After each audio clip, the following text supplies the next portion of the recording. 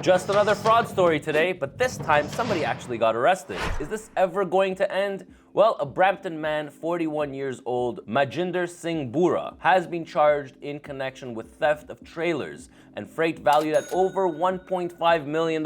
So just recently, between December 2024 and January 2025, literally in a course of about a month, victims reported hiring a transportation company called All Days Trucking to transport their cargo. This company, why am I not surprised, is registered to an address in Saskatoon, Saskatchewan, with expired credentials, offered discounted transportation services, then dispatched the cargo to different companies, some of which are believed to be involved in the theft.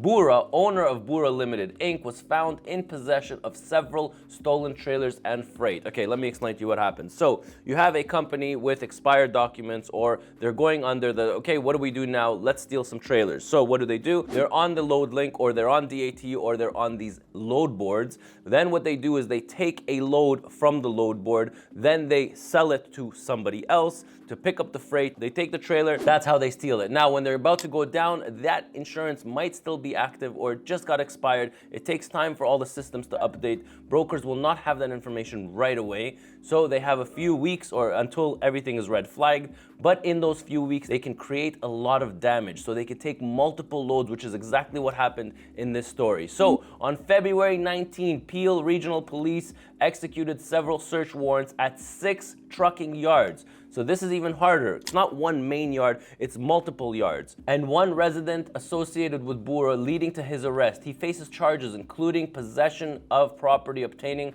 by crime, theft over $5,000 and fraud over $5,000. So the investigation is ongoing and more charges are expected to be laid. Police urge anyone with information to contact the Commercial Auto Crime Bureau or Crime Stoppers anonymously. Now, unfortunately, here in Canada, we've seen this play out one too many times. The law is just not strict enough. I don't know what's going to happen to this guy, but most of the time, they usually end up just walking away. They end up being a flight risk, they get out on bail, and then we never see them again. So this is just another story about freight fraud, but as we cover on this channel, there are many different types of freight frauds happening out there. And with the increase in fraud in our industry, I wanted to take a few minutes just to explain the different types of freight fraud I hear about constantly all the time that I'm trying to report. So double brokering is one form, and a lot of problems are happening because of double brokering. So a carrier takes a load from one broker, sells it to another carrier, and this can happen multiple times. So this might lead into, drivers getting unpaid, and that last person in the chain might not get paid. If anybody in the chain goes out of business or closes their doors,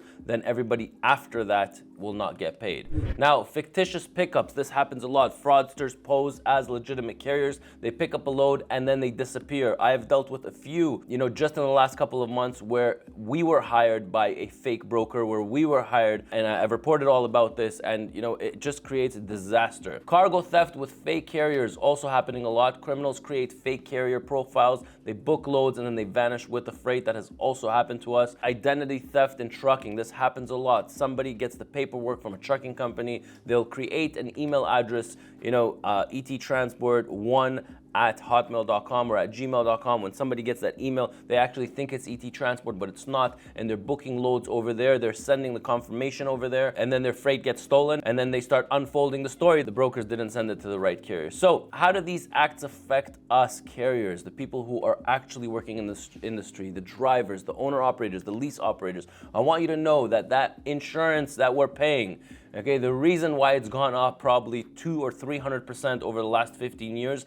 this is the reason why. Theft is huge, theft is on the rise, and we are all paying for it. Billions of dollars in losses, there's delay in freight movement and loss of customer trust. So even when I get a customer going on my website, a lot of times I don't believe it's an actual customer. I have to call. If it's ABC Manufacturing, I won't trust the numbers that are there or the person that's filling out the form. I will actually Google who ABC Manufacturing is, see who their traffic manager is, and make sure that it's aligned, and then I'll call that phone number and ask for the person that filled out the form. I won't call the number that is directly on the form because we've gotten into trouble by doing that also. Well, hope you learned something from this video, guys. If you see anything fishy, rule number one as a driver, if you see somebody telling you to deliver to a location that's not on the bill of lading, that might be red flag number one. If you have any stories about freight fraud, if you have anything that you'd like to share with us, please, guys, put it down in the comments. I'm Ronan, and I'll catch you in my next video.